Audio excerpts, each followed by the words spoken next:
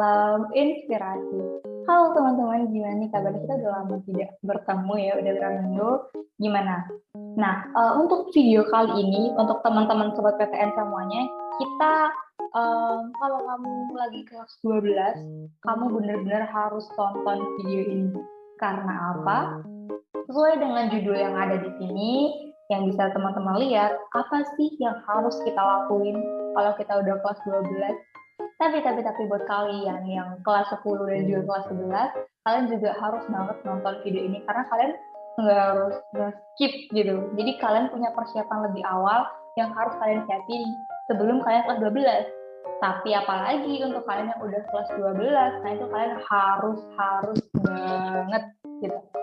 Nah, kira-kira banyak ya orang-orang yang ketika dia kelas 12 itu malah jadi bingung kayak, aduh aku harus ngapain ya? Kelas 12 tuh sebentar lagi aku mau kuliah, cuman aku masih bingung apa yang harus aku lakuin di sini.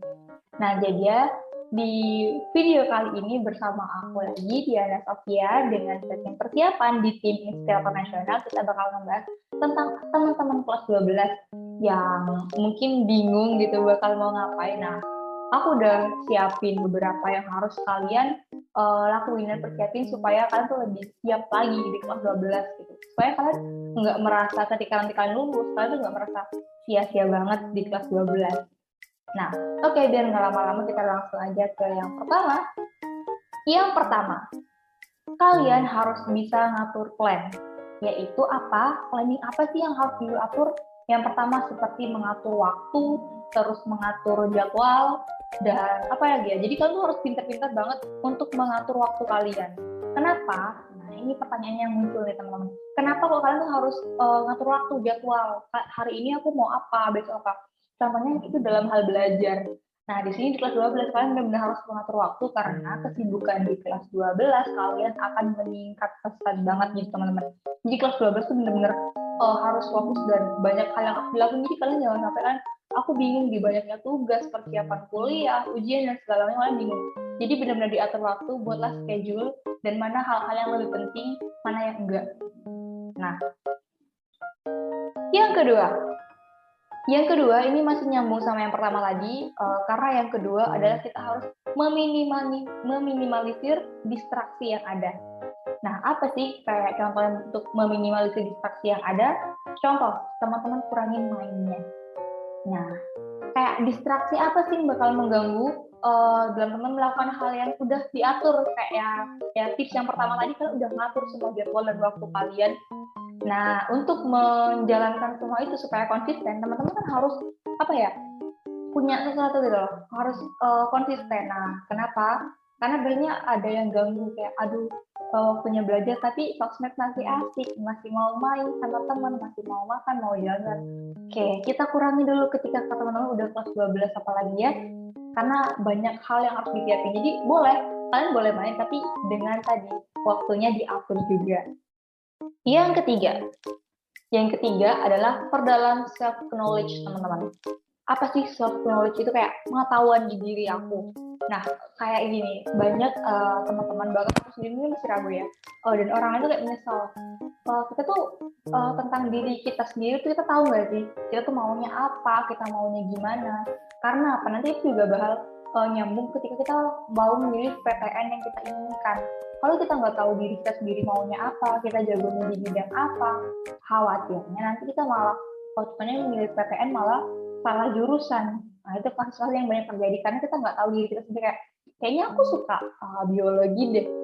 Tapi ketika kita ambil di PTN, kita ambil jurusan kayak merasa salah, padahal aku lebih sukanya matematika gitu. Jadi kita harus benar-benar tahu tentang diri kita sendiri, kita pelajari kita sukanya apa, kita maunya apa, dan kedepannya mau gimana. Buat study group. Nah, ini dia teman-teman. Jadi biasanya bener nggak sih kalau kata orang tuh harus punya circle yang bagus, pertemanan yang bagus. Bukan berarti kita harus pilih teman enggak, tapi kita harus punya gimana cara kita ngatur kondisi atau lingkungan kita itu biar produktif gitu.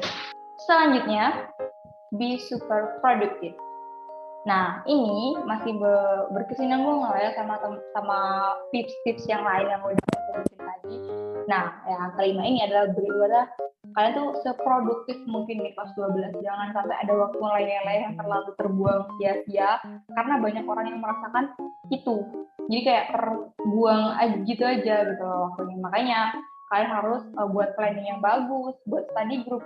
Jadi itu tuh untuk membangun lingkungan di sekitar kalian tuh sebaik mungkin, dan kalian juga bisa punya hasil yang produktif. Jadi kayak oke, pagi aku mau belajar, terus kemudian aku bakal cari tahu tentang universitas dan lain-lainnya, minat bakat apapun itu. Selanjutnya kita adalah tentukan prioritas. Apa sih prioritas? Nah, ini yang perlu teman-teman tahu. Apa sih kita harus tentukan prioritas? Kenapa sih? Jadi, kenapa kita buat prioritas? Karena ada beberapa hal gini. Kita harus menentukan tujuan kita utamanya. Misal tujuan kita mau masuk ke PTN, jurusan ini. Nah, berarti prioritas kita harus belajar. Karena untuk mendapatkan ini kita harus belajar, kita harus dapat nilai. Nah, setelah itu, apa terus keduanya? Nah, itu. Jadi kita gimana kita ngatur prioritas dan juga kita buat planning sebaik mungkin ke depannya, karena ada beberapa hal kayak kalau cara mengatur prioritas versi aku tuh ada gini. Ada beberapa hal yang mendesak dan penting, ada yang mendesak tapi nggak penting, ada yang penting tapi tidak mendesak. Nah, itu kita atur gitu urutannya, teman-teman. Kayak penting, mendesak tuh benar-benar harus sekarang banget. Tapi kalau mendesak tapi nggak penting, ya buat apa? Yang ketujuh, ikutin banyak tes di PTN. Nah, jadi kenapa kok perguruan tinggi swasta? Kenapa? Karena biasanya mereka tuh banyak tesnya. Mereka tuh gini, buat teman mungkin ngejar di PTN, tapi nggak ada salah juga, kita juga mengejar mencoba di perguruan tinggi yang swasta. Kenapa? Karena biasanya di perguruan tinggi yang swasta itu mereka tuh buka jalur pendaftaran tuh kayak lebih awal gitu. Nah, itu kenapa banyak teman-teman aku juga yang mereka tuh ikut di PTS tuh buat jaga-jaga. Tapi ini bukan berarti PTS itu jelek loh ya. Juga terapan adalah take a break. Nah, karena dari tips tadi tuh kayak produktif, atur waktu, belajar, segala macam mikir. Now, kita juga perlu istirahat, kita juga manusia, karena kita nggak mungkin bisa untuk terus-menerus kayak dipaksa. Kita juga butuh istirahat. Makanya kita perlu planning, kayak misalnya kita mau belajar hari ini kayak mungkin dalam 1 minggu kalian Senin sampai Sabtu tuh fokus belajar, tapi kasihlah kalian untuk liburan hari Minggu untuk refreshing. Karena itu dengan refreshing, dengan istirahat, kalian entah jalan-jalan, entah main sosial atau main sama teman, dan apapun itu yang bikin kalian fresh, itu juga bisa membantu nanti kualitas belajar kalian ke depannya. Atur pola makan dan berdoa. Nah, ini dia yang penting.